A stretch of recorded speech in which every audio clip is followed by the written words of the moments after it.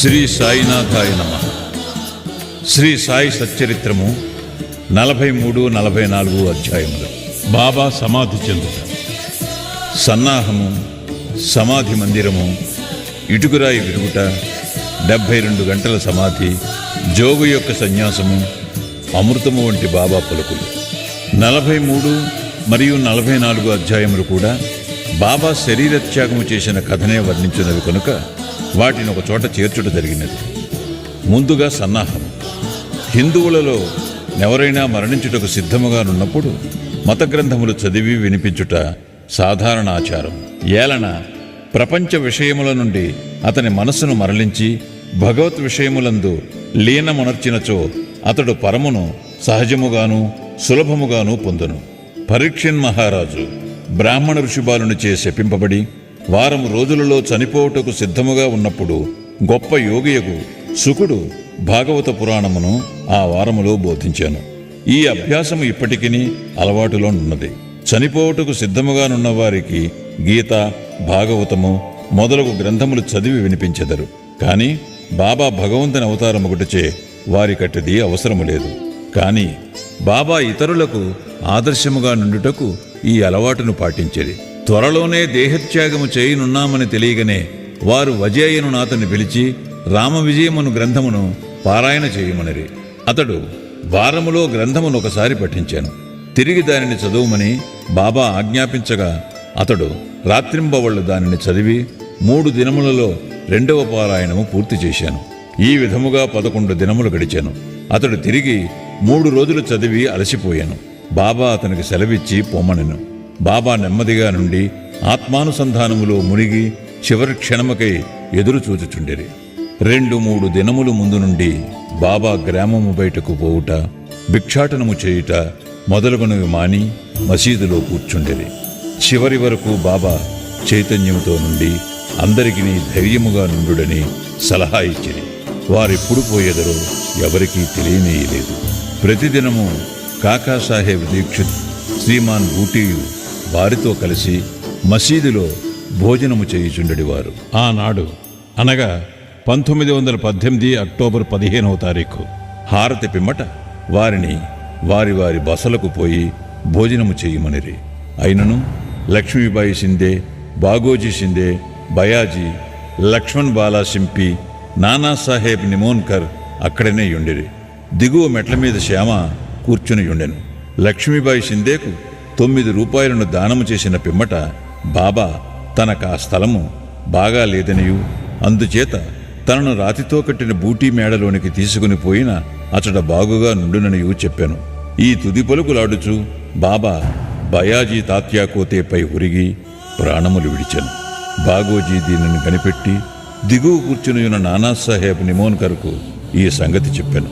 నానాసాహెబ్ నీళ్లు తెచ్చి బాబా నోటిలో పోశాను. అవి బయటికి వచ్చాను. అతడు బిగ్గరగా "ఓ దేవా" అని అరిచాను. అంతలో బాబా కండ్లు తెరిచి మెల్లగా "ఆ" అనెను. బాబా తన భౌతిక శరీరమును విడిచిపెట్టెనని తేలిపోయాను. బాబా సమాధి చెందెనను సంగతి షిరిడీ గ్రామములో కార్చిచ్చువలే వ్యాపించాను. ప్రజలందరూ, స్త్రీలు, పురుషులు, బిడ్డలు మసీదుకు పోయి ఏడ్వసాగిరి. కొందరు బిగ్గరగా ఏడ్చిరి, కొందరు వీధులలో నేర్చుచుండెరి, కొందరు తెలివి తప్పిపడిరి. అందరి కండ్ల నుండి నీళ్లు కాలువల వలె పారుచుండెను. అందరూ విచారగ్రస్తులయ్యిరి.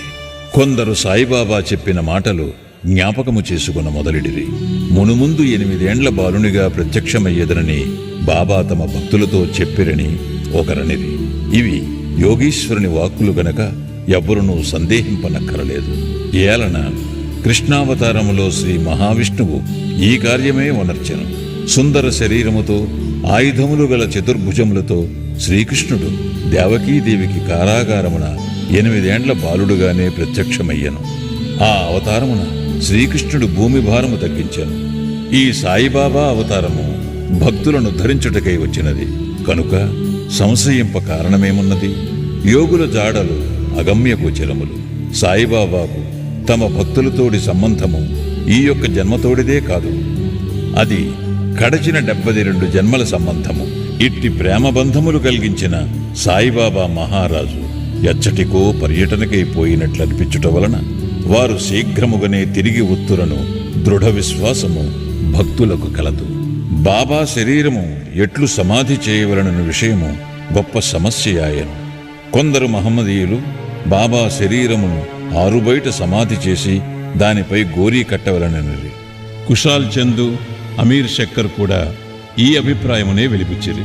కానీ రామచంద్ర పాటీల్ అను గ్రామ మునసబు గ్రామములోని వారందరితో నిశ్చితమైన దృఢ కంఠస్వరముతో, మీ ఆలోచన మాకు సమ్మతము కాదు, బాబా శరీరము రాతివాడాలో పెట్టవలసినదే అనెను. అందుచే గ్రామస్తులు 2 వర్గములుగా విడిపోయి ఈ వివాదము 36 గంటలు జరిపిరి. బుధవారం ఉదయము గ్రామములోని జ్యోతిష్కుడును శ్యామాకు మేనమామయును అగు లక్ష్మణమామ జోషికి బాబా స్వప్నములో కనిపించి చేయి పట్టిలాగి ఇట్లనెను. త్వరగా లెమ్ము, బాపు సాహెబు నేను మరణించితిననుకొనుచున్నాడు, అందుచేనతడు రాడు. నీవు పూజ చేసి కాకడాహారతిని ఇమ్ము. లక్ష్మణమామ సనాతనాచార పరాయణుడైన బ్రాహ్మణుడు. ప్రతిరోజు ఉదయము బాబాను పూజించిన పిమ్మట తక్కిన దేవతలను పూజించుచుండెడివాడు. అతనికి బాబా యందు పూర్ణ భక్తి విశ్వాసములు ఉండెను. ఈ దృశ్యమును చూడగానే పూజా ద్రవ్యముల పళ్ళెమును చేత ధరించి మౌల్వీలు ఆటంకపరుచుచున్నను పూజను హారతిని చేసిపోయాను. మిట్ట మధ్యాహ్నము బాపూసాహెబ్ జోగ్ పూజా ద్రవ్యములతో అందరితో మామూలుగా వచ్చి మధ్యాహ్న హారతిని నెరవేర్చెను. బాబా తుది పలుకులను గౌరవించి ప్రజలు వారి శరీరమును వాడాలో ఉంచుటకు నిశ్చయించి అచటి మధ్యభాగమును త్రవ్వుట ప్రారంభించిరి. మంగళవారము సాయంకాలము రహతా నుండి సబ్ ఇన్స్పెక్టర్ వచ్చెను. ఇతరులు తక్కిన స్థలముల నుండి వచ్చిరి. అందరూ దానిని ఆమోదించిరి. ఆ మరుసటి ఉదయము అమీర్భాయ్ బొంబాయి నుండి వచ్చెను. కోపర్గాము నుండి మామల్తదారు వచ్చెను. ప్రజలు భిన్నాభిప్రాయములతో ఉన్నట్లు తోచెను. కొందరు బాబా శరీరమును బయటనే సమాధి చేయవలనని పట్టుబట్టిరి. కనుక మామల్తదారు ఎన్నిక ద్వారా నిశ్చయించవలనని అనెను. వాడాను ఉపయోగించుటకు 2 రెట్ల కంటే ఎక్కువ ఓట్లు వచ్చెను. అయినప్పటికీ జిల్లా కలెక్టర్తో సంప్రదించవలనని అతడనెను. కనుక కాకాసాహెబ్ దీక్షిత్ అహ్మద్నగర్ పోవుటకు సిద్ధపడెను. ఈ లోపల బాబా ప్రేరేపణ వల్ల 2వ పార్టీ యొక్క మనస్సు మారెను. అందరూ ఏకగ్రీవముగా బాబాను వాడాలో సమాధి చేయుటకు అంగీకరించిరి. బుధవారము సాయంకాలము బాబా శరీరమును ఉత్సవముతో వాడాకు తీసుకుని పోయిరి. మురళీధరుని కొరకు కట్టిన చోట శాస్త్రోక్తముగా సమాధి చేసిరి. యథార్థముగా బాబాయే మురళీధరుడు. వాడా దేవాలయమయ్యను. అది ఒక పూజామందిరమాయను. అనేక మంది భక్తులచ్చటికి పోయి శాంతి సౌఖ్యములు పొందుచున్నారు. ఉత్తర క్రియలు బాలాసాహెబ్ బాటే ఉపాసిని బాబా నెరవేర్చిరి. ఉపాసిని బాబా బాబాకు గొప్ప భక్తుడు. ఈ సందర్భములో ఒక విషయం గమనించవలను. ప్రొఫెసర్ నార్కే కథనము ప్రకారము బాబా శరీరము 36 గంటలు గాలి పట్టినప్పటికీ అది బిగిసిపోలేదు. అవయవములన్నీ సాగుచుండెను. వారి కఫనీ చింపకుండా సులభముగా తీయగలిగిరి. ఇటుకరాయి విరుగుట. బాబా భౌతిక శరీరమును విడుచుటకు కొన్ని దినముల ముందు ఒక దుశ్శకనమయ్యను. మసీదులో ఒక పాత ఇటుకయుండెను. బాబా దానిపై చేయి వేసి ఆనుకొని కూర్చుండువారు. రాత్రులందు దానిపై ఆనుకొని ఆసనస్థులగుచుండివి. అనేక సంవత్సరములిట్లు గడిచెను. ఒకనాడు బాబా మసీదులో లేనప్పుడు ఒక బాలుడు మసీదును శుభ్రపరచుచూ దానిని చేతితో పట్టుకుని ఉండగా అది చేతి నుండి జారి కింద పడి 2 ముక్కలైపోయాను. ఈ సంగతి బాబాకు తెలియగానే వారు మిగులు చింతించి ఇట్లు ఏడ్చిరి. ఇటుక కాదు, నా అదృష్టమే ముక్కలు ముక్కలుగా విరిగిపోయినది. అది నా జీవితపు తోడు నీడ. దాని సహాయము వలననే నేను ఆత్మానుసంధానము చేయుచుండెడివాడను. నా జీవితమునందు నాకెంత ప్రేమయో దానియందు నాకంత ప్రేమ. ఈరోజు అది నన్ను విడిచినది. ఎవరైనా ఒక ప్రశ్న అడగవచ్చును. బాబా నిర్జీవయుగు ఇటుక కోసం ఇంత విచారపడనేలా? అందులోకి హేమాడ్ పంతు ఇట్లు సమాధానమిచ్చాను. యోగులు బీదవారికి నిస్సహాయులకు సహాయము చేయుటకై అవతరించెదరు. వారు ప్రజలతో కలిసి మసులున్నప్పుడు ప్రజల వలె నటింతురు. వారు మనవలే బాహ్యమునకు నవ్వెదరు, ఆడెదరు, ఏడ్చెదరు. కానీ లోపల వారు శుద్ధ చైతన్యులై వారి కర్తవ్య విధులను ఎరుగుదురు. 72 గంటల సమాధి. ఇటుక విరుగుటకు 32 సంవత్సరములకు పూర్వము అనగా 1886 సంవత్సరములో బాబా సీమోల్లంఘనము చేయ ప్రయత్నించాను. ఒక మార్గశిర పౌర్ణమి నాడు బాబా ఉబ్బసము వ్యాధితో మిక్కిలి బాధపడుచుండాను.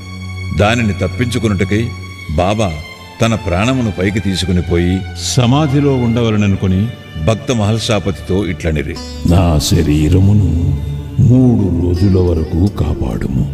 నేను తిరిగి వచ్చినట్లయినా సరే, లేని ఎడల నా శరీరమును ఎదురుగా ఉన్న ఖాళీ స్థలములో పాతిపెట్టి గుర్తుగా 2 జెండాలను పాతుము అని స్థలమును చూపిరి. ఇట్లనుచూ రాత్రి 10 గంటలకు బాబా క్రింద కూలెను. వారి ఊపిరి నిలిచిపోయాను. వారి నాడి కూడా ఆడకుండెను. శరీరములో నుండి ప్రాణము పోయినట్లుండెను. ఊరి వారందరూ అచ్చట చేరి న్యాయ విచారణ చేసి బాబా చూపిన స్థలములో సమాధి చేయుటకు నిశ్చయించిరి. కాని మహల్సాపతి అడ్డగించెను. తన ఒడిలో బాబా శరీరమునుంచుకొని 3 రోజులట్లే కాపాడుచూ కూర్చుండెను. 3 దినముల పిమ్మట తెల్లవారుజామున 3 గంటలకు బాబా శరీరములో ప్రాణమున్నట్లు కనిపించాను. ఊపిరి ఆడ ఆరంభించెను. కడుపు కదలెను. కండ్లు తెరచెను. కాళ్ళు చేతులు సాగదీచు బాబా లేచెను. దీనిని బట్టి చదువరులు ఆలోచించవలసిన విషయమేమనా, బాబా 3 మూరల శరీరమా లేక లోపలనున్న ఆత్మయా? పంచభూతాత్మకమగు శరీరము నాశనమగు.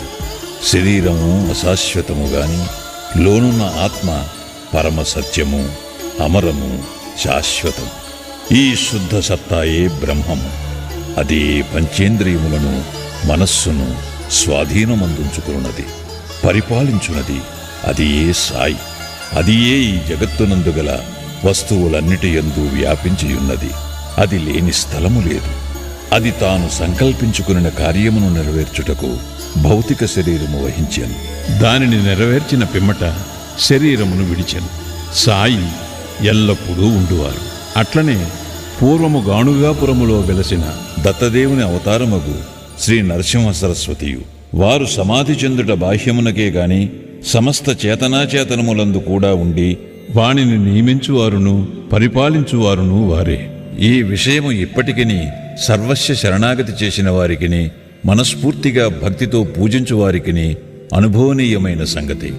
ప్రస్తుతము బాబా రూపము చూడ వీలు లేనప్పటికీ మనము షిరిడీకి వెళ్ళినచో వారి జీవితమెత్తు పటము మసీదులోనున్నది. దీనిని శ్యామరావు జైకర్ అను గొప్ప చిత్రకారుడును బాబా భక్తుడను వ్రాసియున్నాడు.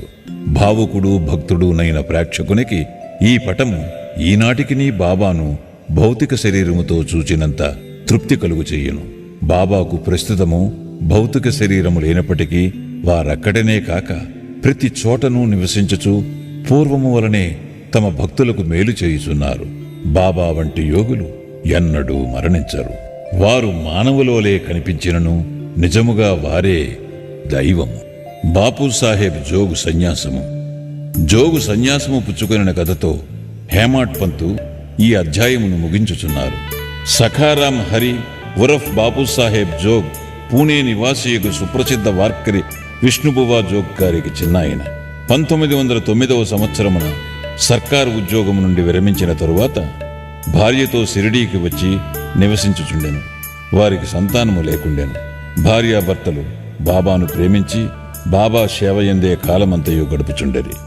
మేఘశ్యాముడు చనిపోయిన పిమ్మట బాపు సాహెబ్ జోగ్ మసీదులోనూ చావడిలోనూ కూడా బాబా మహాసమాధి పొందు వరకు హారతి ఇచ్చుచుండెను. అదీనుగాక ప్రతిరోజు సాఠేవాడాలో జ్ఞానేశ్వరియు ఏకనాథ భాగవతమును చదివి వినవచ్చిన వారందరికీ బోధించుచుండెను. అనేక సంవత్సరములు సేవ చేసిన పిమ్మట జోగ్ బాబాతో, నేనిన్నాళ్ళు నీ సేవ చేసి తిని నా మనసు ఇంకనూ శాంతము కాలేదు. యోగులతో సహవాసము చేసినను నేను బాగు కాకుండుటకు కారణమేమి? ఎప్పుడు కటాక్షించెదవు అనెను. ఆ ప్రార్థన విని బాబా, కొద్ది కాలములో నీ దుష్కర్మల ఫలితము నశించును, నీ పాపపుణ్యములు భస్మమగును. ఎప్పుడు నీవు అభిమానమును పోగొట్టుకుని మోహమును రుచిని జయించెదవో, ఆటంకములన్నిటినీ కడచెదవో, హృదయపూర్వకముగా భగవంతుని సేవించుచు సన్యాసమును పుచ్చుకొనదెవో అప్పుడు నీవు ధన్యుడు అయ్యెదవు అనిరి. కొద్ది కాలము పిమ్మట బాబా పలుకులు నిజమాయను. అతని భార్య చనిపోయాను. అతనికి ఇంకొక అభిమానమేదియూ లేకుండాటచే అతడు స్వేచ్ఛాపరుడై సన్యాసమును గ్రహించి తన జీవిత పరమావధిని పొందెను. అమూర్తతుల్యమగు బాబా పలుకులు. దయాదాక్షిణ్యమూర్తియగు సాయిబాబా పెక్కుసారుడు మసీదులో ఈ దిగువ మధురవాక్యములు పలికిరి. ఎవరైతే నన్ను ఎక్కువగా ప్రేమించెదరో వారు ఎల్లప్పుడూ నన్ను దర్శించెదరు. నేను లేక ఈ జగత్తంతయు వారికి శూన్యము. నా కథలు తప్ప మరేమియూ చెప్పడు. సదా నన్నే ధ్యానము చేయును. నా నామమునే ఎల్లప్పుడూ జపించుచుండును. ఎవరైతే సర్వస్వ శరణాగతి చేసి నన్నే ధ్యానింతురో వారికి నేను రుణస్థుడను. వారికి మోక్షమునిచ్చి వారి రుణము తీర్చుకొనెదను. ఎవరైతే నన్నే చింతించుచు నా గూర్చియే దీక్షతో నుందురో, ఎవరైతే నాకర్పించనిదే ఏమీయూ తినరో అట్టి వారిపై నేను ఆధారపడి ఉందును. ఎవరైతే నా సన్నిధానమునకు వచ్చెదరో వారు నది సముద్రములో కలిసిపోయినట్లు నాలో కలిసిపోదురు. కనుక నీవు గర్వము అహంకారము లేశమైన లేకుండా నీ హృదయములో ఉన్న నన్ను సర్వస్వ శరణాగతి వేడవలెను. నేననగానెవ్వరో సాయిబాబా ఎన్నోసార్లు బోధించిరి. వారిట్లనిరి: నన్ను వెతుకుటకు నీవు దూరముగా కాని మరెచ్చటికీ గాని పూనక్కరలేదు. నీ నామము నీ ఆకారము విడిచినచో నీలోనే గాక అన్ని జీవులలోనూ చైతన్యము లేదా అంతరాత్మయని ఒకటుండును. అదే నేను. దీనిని నీవు గ్రహించి నీలోనే కాక అన్నిటిలోనూ నన్ను చూడుము. దీనిని నీవు అభ్యసించినచో సర్వవ్యాపకత్వం అనుభవించి నాలో ఐక్యము పొందెదవు. హేమాడ్ పంతు చదువరులకు ప్రేమతో నమస్కరించి వేడునదేమనగా, వారు వినయ విధేయతలతో దైవమును, యోగులను, భక్తులను ప్రేమింతురుగాక. బాబా పెక్కుసారులు: ఎవరైతే ఇతరులను నిందించెదరో వారు నన్ను హింసించిన వారగుదురు. ఎవరైతే బాధలు అనుభవించెదరో ఓర్చుకొందురో వారు నాకు ప్రీతి గూర్చెదరు అని చెప్పిరి కదా. బాబా సర్వవస్తు జీవ సముదాయములో ఐక్యమయ్యున్నారు. భక్తులకు నలుప్రక్కలా నిలిచి సహాయపడెదరు. సర్వజీవులను ప్రేమించుట తప్ప వారు మరేమీయూ కోరరు. ఇట్టి శుభమైన పరిశుభ్రమైన అమృతము వారి పెదవుల నుండి స్రవించుచుండెను. హేమాడ్ పంతు ఇట్లు ముగించుచున్నారు: ఎవరు బాబా కీర్తిని ప్రేమతో పాడెదరో, ఎవరు దానిని భక్తితో వినెదరో ఉభయులను సాయితో ఐక్యమగుదురు. శ్రీ సాయినాథాయ నమః. 43, 44 అధ్యాయములు సంపూర్ణము. సద్గురు శ్రీ సాయినాథార్పణమస్తు. శుభం భవతు. 6వ రోజు పారాయణము సమాప్తము.